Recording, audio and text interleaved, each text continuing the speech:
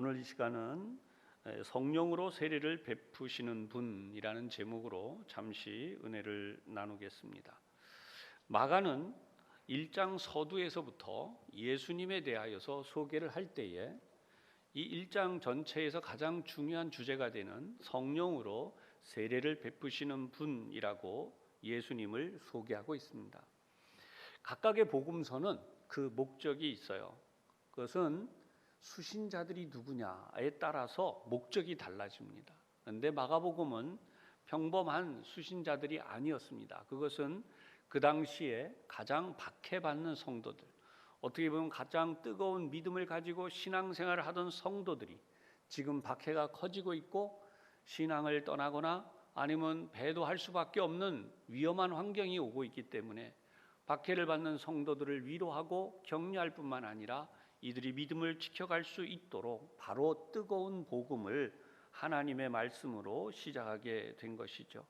그래서 다른 복음서와 차이가 있다면 짤막하면서도 예수 그리스도가 어떤 분이신가를 분명하게 소개하고 있는 것입니다.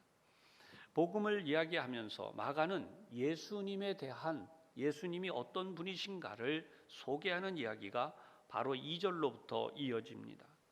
2절에 3절의 말씀은 바로 이사야 선지자의 글입니다. 구약성경 이사야 선지자는 예수님께서 탄생하시기 전 700여 년 전에 이 땅에 하나님의 말씀을 대언했던 예언자입니다. 지금은 하나님의 말씀을 대언하는 예언자들이 없습니다. 이유는 있어서도 안 된다고 생각하는 부분이 있는데요. 그 옛날에는 성경이 없었습니다. 그러다 보니까 하나님의 말씀을 들을 수 있는 유일한 기회는 바로 이 선지자들을 통하여 하나님의 말씀을 들었던 것입니다. 그러나 지금은 예수님이 이 땅에 오셔서 말씀의 완성을 이루고 가셨기 때문에 그 말씀이 오늘 우리가 가지고 있는 바로 이 성경입니다. 성경을 통하여 하나님의 음성을 우리는 매일 또는 언제든지 하나님의 말씀을 펼쳐서 대할 수가 있는 것이죠. 그런 의미에서 이사야 선지자는 하나님이 어떻게 이 세상을 구원하실 것인가를 예언한 메시아의 예언에 대한 중요한 글을 남겨놓았습니다. 그 당시 이사야 선지자가 이 예언을 하게 된 배경도 있습니다. 그것은 바벨론을 비롯한 국가적으로 주변의 강대국들이 일어나서 이스라엘이라는 나라, 유다라는 나라를 점령하려고 하는 위기 속에서 국가는 국가대로 정체성이 불분명했고 모든 국가의 지도자들이 제대로 하나님의 말씀을 중심으로 살지 못해서 오는 타락과 부패의 문제였습니다. 이 문제에 대하여 하나님은 반드시 이 나라를 다시 세우시는데 위대한 메시아가 이 땅에 옴으로써 이 위기와 어려움을 극복할 뿐만 아니라 하나님이 다스리시는 완전한 나라가 이루어질 것이다 라고 하는 메시아 대망이라고 하는 사상이 이루어질 수 있도록 예언을 한 것이죠. 그 내용이 바로 광야에 외치는 자의 소리가 있을 것이며 그 사람이 바로 주의 길을 예비하는 자가 될 것이다 라고 하는 예언을 하게 된 것입니다. 오늘 본문 2절과 3절입니다. 선지자 이사야의 글에 보라 내가 내 사자를 내 앞에 보내노니 그가 내 길을 준비하리라. 광야에 외치는 자의 소리가 있어 이르되 너희는 주의 길을 준비하라. 그의 오실 길을 곧게 하라. 이렇게 외쳤습니다.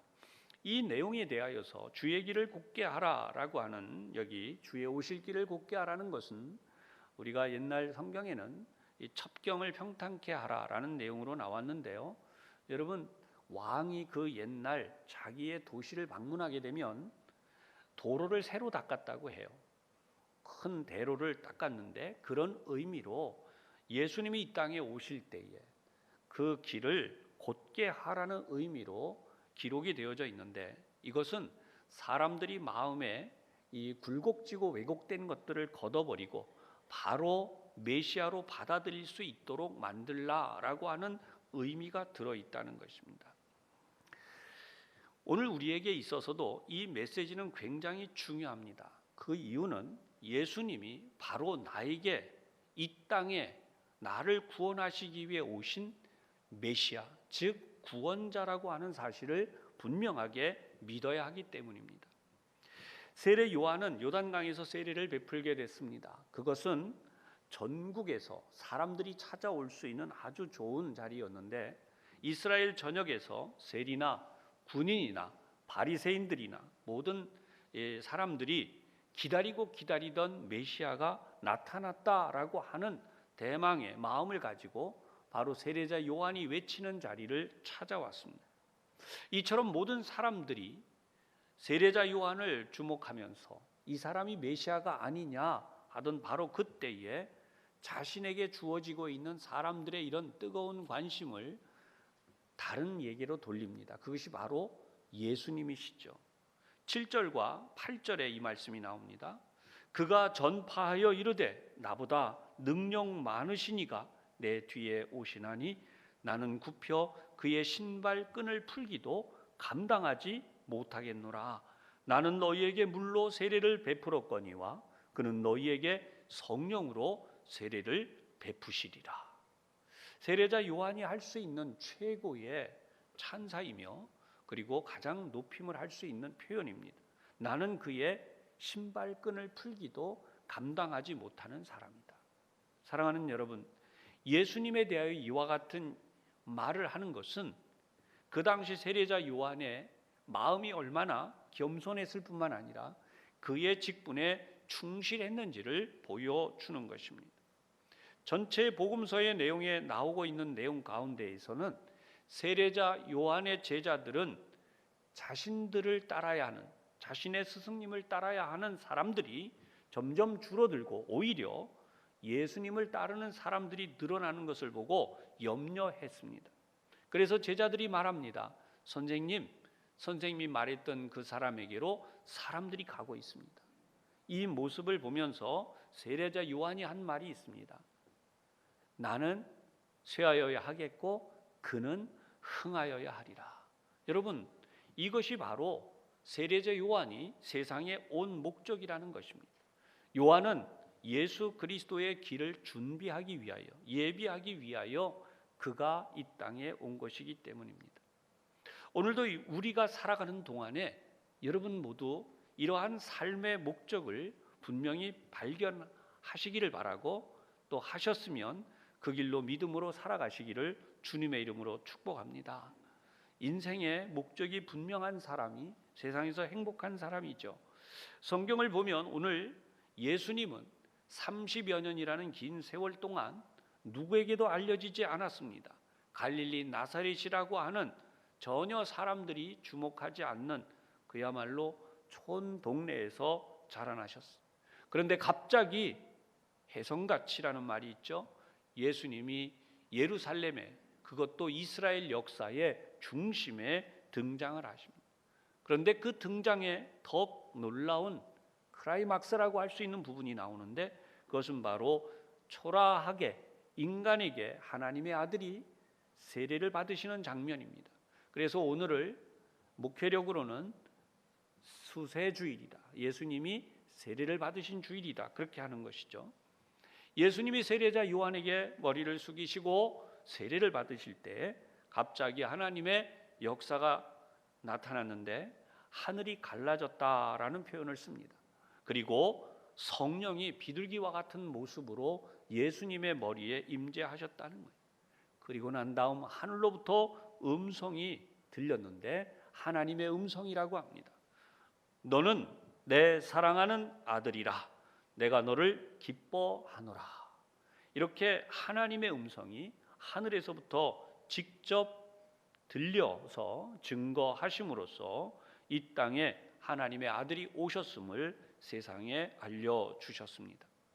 마가는 지금 이러한 부분들을 박해를 받고 고통 속에 언제든지 배도할 수밖에 없는, 다시 말하면 순교라고 하는 무서운 이 현실 앞에서 신앙을 지키기 어려운 사람들에게 이 신앙을 지켜갈 수 있도록 격려하는 아주 중요한 메시지를 전하고 있는 것입니다. 사랑하는 성도 여러분, 오늘 이 말씀을 통해서 예수님이 우리에게 누구신가 이미 모두 다 잘 알고 계시고 또 고백하고 있는 부분입니다. 그러나 예수님이 누구신가에 대하여서 제대로 고백하지 못하고 한마디로 답을 못하는 상태로 신앙생활 하는 분들도 의외로 많이 있습니다. 오늘 이 시간 예수님이 누구신지 여러분들에게 한번 질문해 보겠습니다. 여러분, 예수님은 여러분에게 누구이십니까? 이 부분의 답을 분명히 하지 못한다면 굉장히 위험한 신앙이 되고 있는 것입니다. 한마디로 지금 여러분들에게 예수님이 누구신가를 말씀드립니다. 예수님은 나에게 영생을 주신 분입니다. 아멘. 예수님은 나에게 영생을 주시기 위하여 하늘의 그 하나님의 보좌로부터 이 땅에 우리에게 오신 분입니다. 많은 사람들이 예수님에 대해 이야기할 때 예수님은 나의 소망이십니다. 나의 능력이십니다. 예수님은 나에게 생명이 되십니다라는 다양한 표현을 씁니다. 물론 다 맞습니다. 그러나 보다 더 분명한 정확한 사실은 예수님은 나에게 영생을 주신 분이라는 사실이에요. 나에게 영생이 주어졌기 때문에 다른 부대적인 이 땅에서 우리가 말하고 있는 나의 생명이시고 나의 소망이 되시고 나의 능력이 되시고 하는 일련의 이야기들을 말할 수 있는 것이죠. 이러한 소식을 복된 소식이라고 성경은 우리에게 알려주시며 복음이라고 말씀합니다. 그런데 이 땅에 많은 사람들은요, 복음에 대해서 이야기할 때 다양한 복음을 말해요. 인간 세상의 복음도 있습니다. 여러분, 대학을 못 들어가고 있는 자녀가 대학에 들어갈 수 있는 것 복음이죠. 건강의 문제로 고통을 당하던 분들이 건강을 회복할 수 있는 좋은 방법 역시 복음이 됩니다. 그런가 하면 직장과 사업에 어려움이 있는 분들에게 직장과 사업이 안정되고 좋게 발전할 수 있는 소식이라면 역시 복음이라고 할 수 있습니다. 이렇게 복음은 사회 여러 분야에 걸쳐서 우리에게 다양하게 존재합니다. 그러나 이러한 소식들은 길어봐야 몇 개월 아니면 몇 년, 그것이 끝입니다. 이것은 결코 영원한 소식이 아니라는 것이에요. 그러나 하나님께서 우리를 구원하시는 이 구원의 소식은 영원한 소식입니다. 그래서 성경은 이것을 가르쳐서 예수 그리스도의 복된 구원의 소식이라고 하므로 1절에 시작할 때부터 하나님의 아들 예수 그리스도 복음의 시작이라 이렇게 설명합니다. 복음은 평범한 인간의 이야기 그 수준이 아닙니다. 성경이 말씀하는 복음은 바로 하나님께서 우리 인간에게 전하시는 소식이라는 거예요. 하나님이 인간을 구원하시기 위해 이 땅에 오셨고 하나님이 우리에게 구원을 베푸셨다는 것입니다. 이 구원의 복된 소식은 구약성경 창세기로부터 시작이 되어집니다. 아담과 하와, 우리가 잘 알고 있는 이 사람들은 하나님의 계명을 어기고 죄를 지음으로 쫓겨나는 결과가 되고 말았습니다. 하나님과 동행하였으면 지금 오늘 우리가 이 땅에서 겪고 있는 생로병사라고 말하는 늙고 병들고 죽고 하는 이런 문제들이 없었을 것입니다. 지금 우리가 겪고 있는 코로나와 같은 사태도 있을 수 없습니다. 그러나 이들이 하나님을 가까이 하는 하나님의 은혜 속에 사는 그 은혜를 망각하고 사단의 소리에 귀를 기울여서 결국 죄를 짓고 쫓겨남으로써 우리 인간에게는 바로 멸망이라고 하는, 단순히 멸망이란 없어지는 것으로 끝나는 게 아니에요. 영원한 형벌의 땅인 지옥에 떨어지는 그런 고통 속에 빠지고 말았다는 것입니다. 하나님은 이러한 인간을 불쌍히 여기셔서 아담과 하와에게 가죽 옷을 지어 입히십니다. 그들이 부끄러워서 그들의 수치를 가리기 위하여 나뭇잎으로 만든 옷을 입었는데 그 대신에 가죽으로 옷을 지어서 입혀 주셨습니다. 가죽으로 된 옷을 입는다고 하는 것은 바로 이 가죽 옷으로 인하여서 이 가죽을 가지고 있던 생명체가 죽어야 한다는 것입니다. 즉 누군가가 대신 희생되어야만 가죽 옷을 입음으로 부끄러움을 가릴 수 있을 뿐만 아니라 따뜻하게 또는 여러 가지로 생명을 보호할 수 있는 그런 은택을 입게 되죠. 하나님께서는 아담과 하와에게 이렇게 가죽옷을 지어 입히심으로써 이제 먼 미래에 나의 아들이 너희를 위하여 이와 같이 희생하고 죽음으로 너희의 수치를 가리우고 너희의 죄악을 가려서 구원하게 될 것이다 라고 하는 예표로 주셨다고 이 성경에 기록되어진 내용을 원시복음이다 라고 성경 추석학자들이 말합니다. 원시복음, 이것은 바로 창세기부터 시작되어진 구원의 메시지였고, 이것은 이사야 선지자 때에 와서 구체적으로 메시아 사상으로 우리에게 알려지게 됩니다. 메시아가 이 땅에 오시면 완전한 나라가 세워질 뿐만 아니라 이 땅의 모든 부조리와 부정, 고통과 아픔이 사라지는 세상이 올 거라는 것이죠. 이러한 사실을 대망하고 기다렸던 가운데 예수님이 이 땅에 오셨던 사실을 알린 이가 바로 세례자 요한입니다. 근데 놀랍게도 예수님이 이제 부활하여 승천하셔서 하나님의 나라에 올라가신 후 무려 50여 년이라는 세월이 흐르는 동안 사람들은 예수님이 다시 오시리라고 기대했는데 그분이 쉽게 오시지 않는 가운데서 조금 전에 말씀드린 것처럼 초대교회에 막대한 박해가 일어나서 성도들의 신앙이 흔들리고 이제 믿는 사람들이 위기에 처하게 된 것입니다. 이때 바로 이 땅에 오신 메시아, 진정한 예수 그리스도의 복음을 다시 한번 상기시키면서 마가는 하나님이 우리에게 주신 구원이 얼마나 소중한 것인지를 일깨워 주었던 것입니다. 그러면 오늘 우리는 얼마나 이 사실을 귀하게 받아들여야 할까요? 사랑하는 여러분, 복음의 핵심은 구원을 받되 죄를 사하여 주시는 그 은혜를 받아서 죄가 용서되어짐으로 구원받는 것입니다. 다시 말하면 인간이 하나님께 지은 죄를 사함을 받을 수 있는 그 길이 열렸다는 것이, 이것은 바로 회개함으로 죄 사함을 받을 수 있다고 하는 사실. 오늘 본문 4절의 말씀입니다. 세례 요한이 광야에 이르러 죄 사함을 받게 하는 회개의 세례를 전파하니.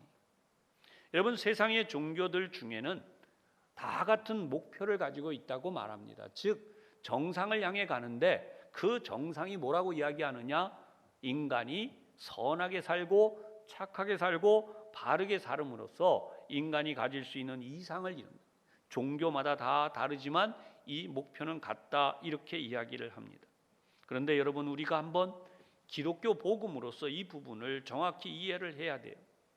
세상의 종교들은 인간이 노력함으로 그 다음 어떻게 되는지에 대해서는 이야기할 수 없습니다.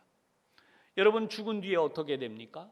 인간이 노력했다고 구원하고 자기 자신을 정말 다음 세상에서 어떻게 하고 이런 이야기들을 하는데, 사랑하는 여러분, 인간은 인간을 구원할 힘이 없다는 것을 너무나 우리도 경험하는 것입니다. 이유가 무엇입니까? 나 자신도 나를 용납할 수 없는 때가 얼마나 많이 있습니까? 인간은 결국 자신의 노력으로 죄 용서를 받을 수 없을 뿐만 아니라 아무리 노력을 해도 죄의 문제에서 인간은 자유로울 수가 없습니다. 그래서 어느 종교에서 말하는 것처럼 내려놓고 또 포기하고 그 모든 것들을 생각을 비우고 그러면 된다고 해요. 그러나 사랑하는 여러분, 인간은 그렇게 살 수가 없지만 그럴 수 없다는 것을 이미 그 종교의 지도자들이 말하고 있습니다. 왜냐하면 인간은 마음속에서 죄의 욕망이 올라오는 바로 원죄를 지닌 존재이기 때문이에요. 그래서 생각과 말과 행동으로 끊임없이 이 세상을 사는 동안 죄를 짓습니다.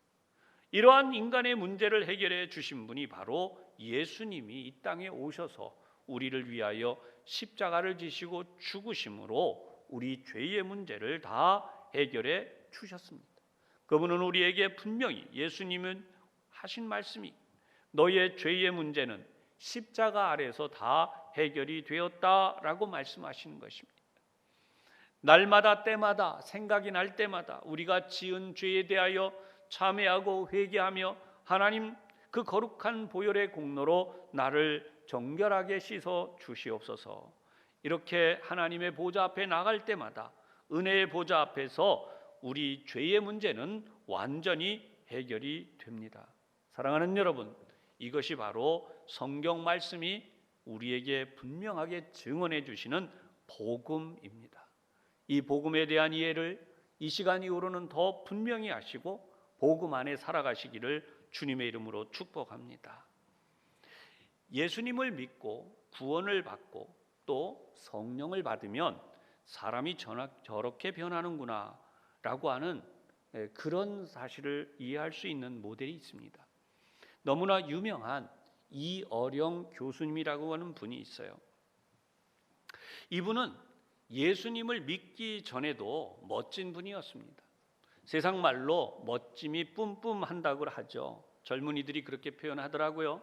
여러분, 충분히 훌륭한 분이었습니다. 모두가 인정하고 존경을 받을 만한 그런 분이, 사회적으로도 높임을 받고 국가적으로도 리더로서의 삶을 잘 수행하셨기 때문에 이분은 정말 훌륭한 분임에 틀림이 없습니다.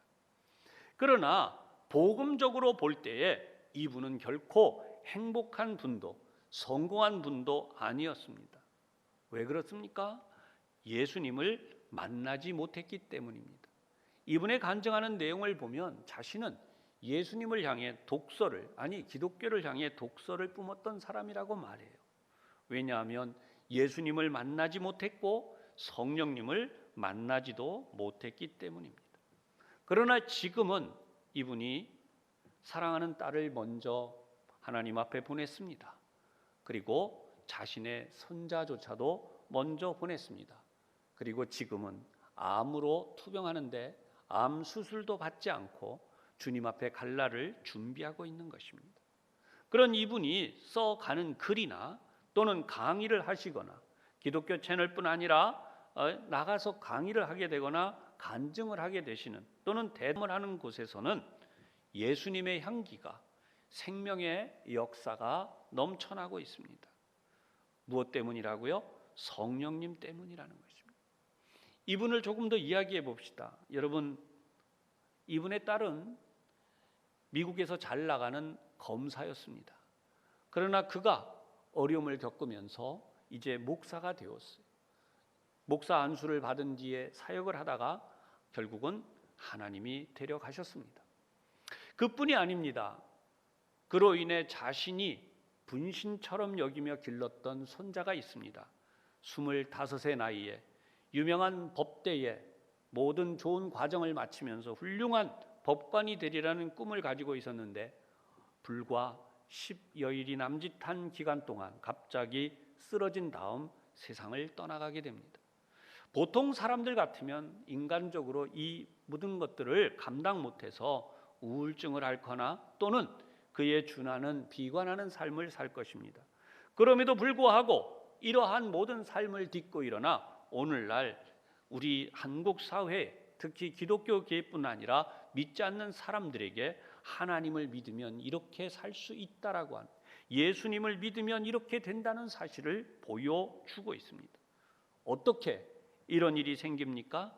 예수님을 믿고 다음 단계로 성령님을 충만하게 받으면 이런 놀라운 삶을 살 수 있습니다. 혹 이야기하기를 예수 믿는 것과 성령을 받는 것에 대하여서 차이가 있느냐 이런 질문하는 분들이 있습니다. 사랑하는 여러분, 이 부분에 대한 놀라운 답이 사도행전 19장 2절에 나타납니다. 바울이 에베소 교회 성도들에게 이렇게 질문하죠.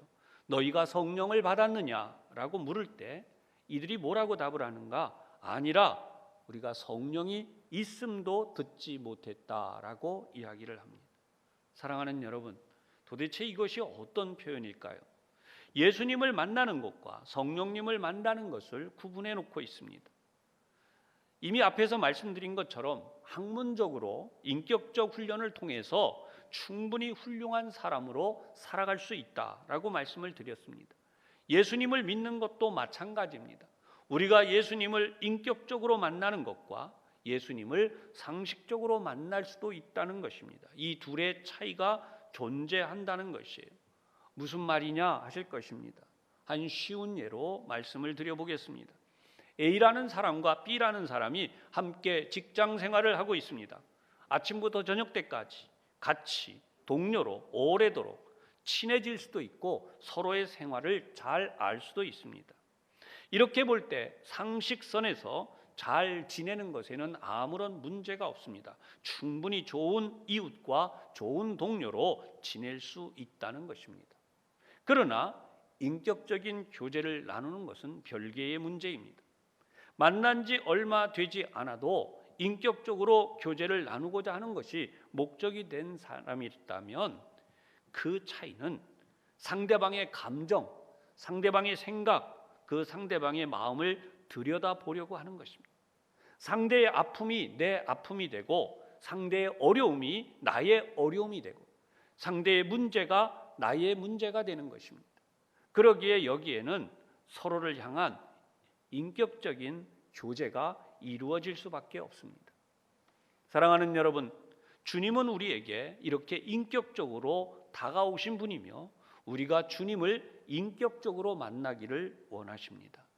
그런 의미에서 바로 이 사도행전 19장에 등장하고 있는 바울이 이야기하고 있는 너희가 성령을 받았느냐라고 하는 이 부분의 말씀은 놀랍게도 이들이 가지고 있는 생각, 즉 메시아 대망 사상에 대한 부분으로 멈춰져 있었다고 하는 것이,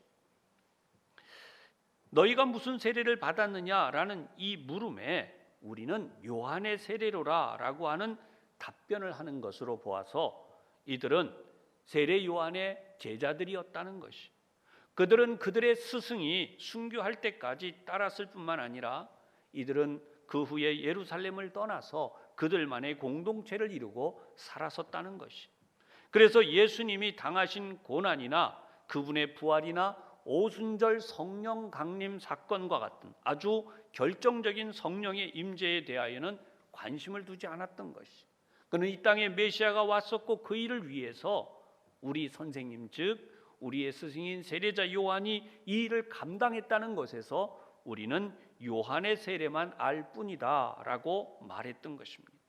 이들은 성령의 체험도 성령님의 사역도 성령님의 역사하심도 모른 채로 그들의 신앙을 지켜왔던 것입니다.